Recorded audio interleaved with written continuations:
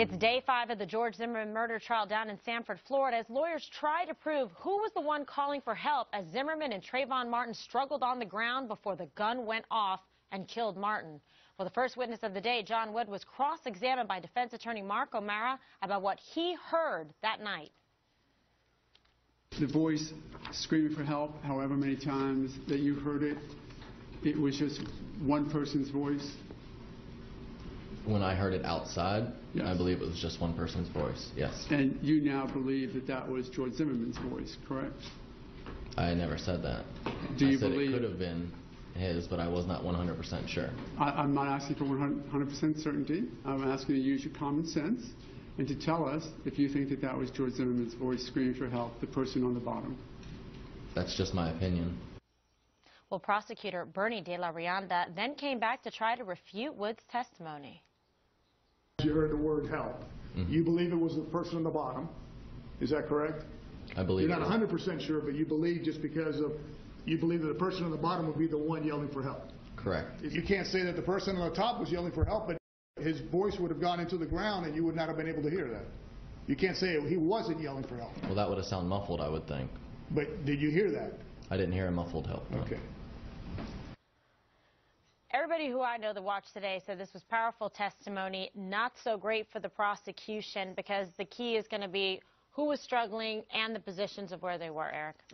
Again, awesome to watch. I'm trying to figure out now, after yesterday, I had an opinion one way. Now I'm going back the other way a little bit. You know, there's some pictures that they show. I mean, some of the pictures are really, really graphic. And the pictures today that they were showing were Zimmerman's head, you know, it was bleeding from the back. They're showing him bleeding from the front. And I guess the prosecution's case has to say that that Trayvon Martin was innocent and had no aggressiveness whatsoever. Am I getting it right so far? Yeah, whether or not George Zimmerman had a right to self-defense. So if you can show acts of aggression so or like, positioning. how did he get a bloody skull in the back, and a bloody mouth and nose in the front if there was no Trayvon Martin aggressiveness, is my point. And if he wasn't positioned on the bottom. Dana, you're looking at me.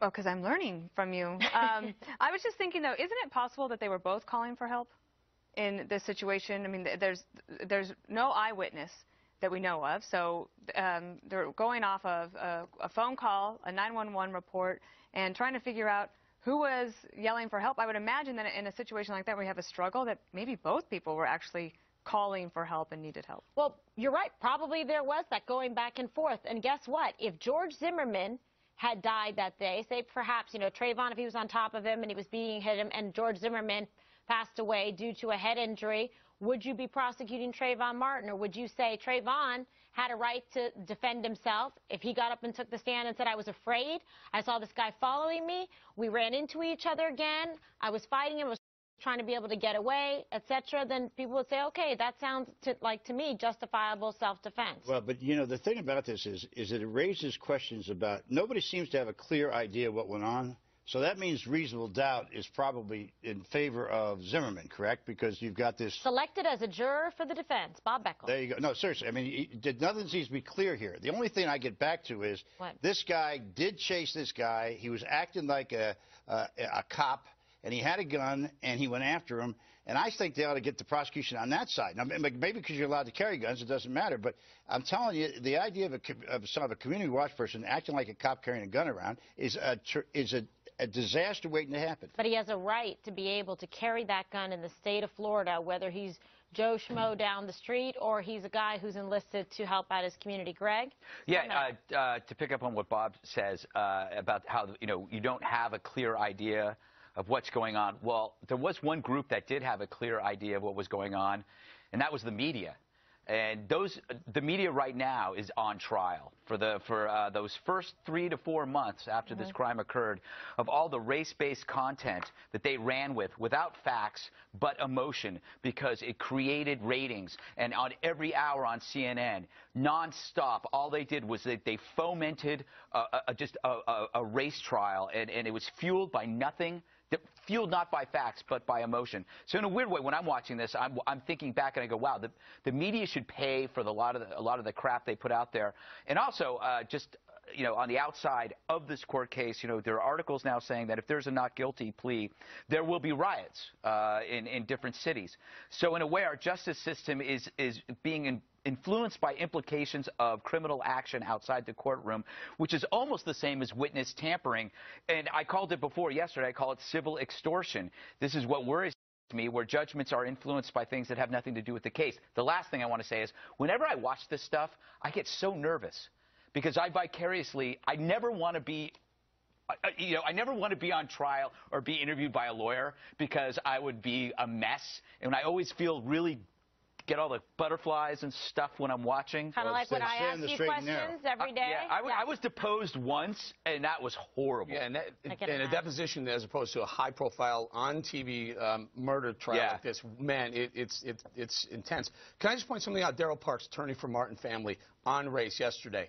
We want to make it very clear that race is not a part of this process. Anyone who tries to inject race into it is wrong. Let's be clear about the family does not want race as a part of the process.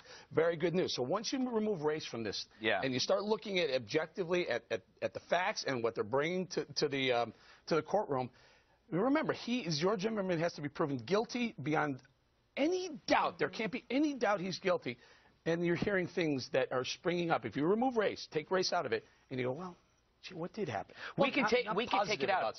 We could take race out of it, but the media can't. I mean, the rest of the media can't. Can the jurors? Can the jurors is a big question. Race into it, but that's why I was asking the question. The situation will reverse and say, wipe the color out of it, wipe race out of it.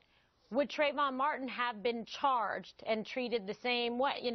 That's based on the facts, whether or not you have justifiable self-defense, a reasonable belief that your life is in danger, and you have that right to protect yourself. I think you would have the same media and TV circus that's going on with the trial now. If the roles were reversed, maybe even more so. This has never been a white-black thing. I mean, Zimmerman is not white. I mean, so he's Hispanic and he's maybe he's Latin. White. Okay. A lot of people made it. It's somebody at this table. No, you're right. Because they heard the name Zimmerman. Did I make it? I did. Okay. Well, then I apologize. Let's clear something up.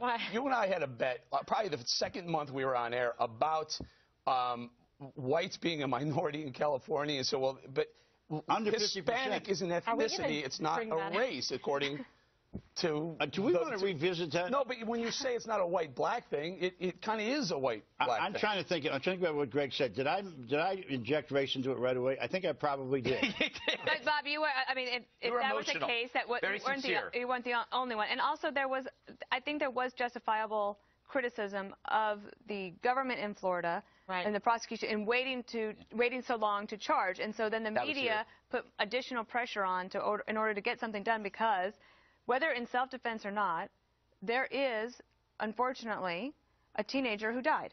Right. So I think that was what happened initially. The pressure came from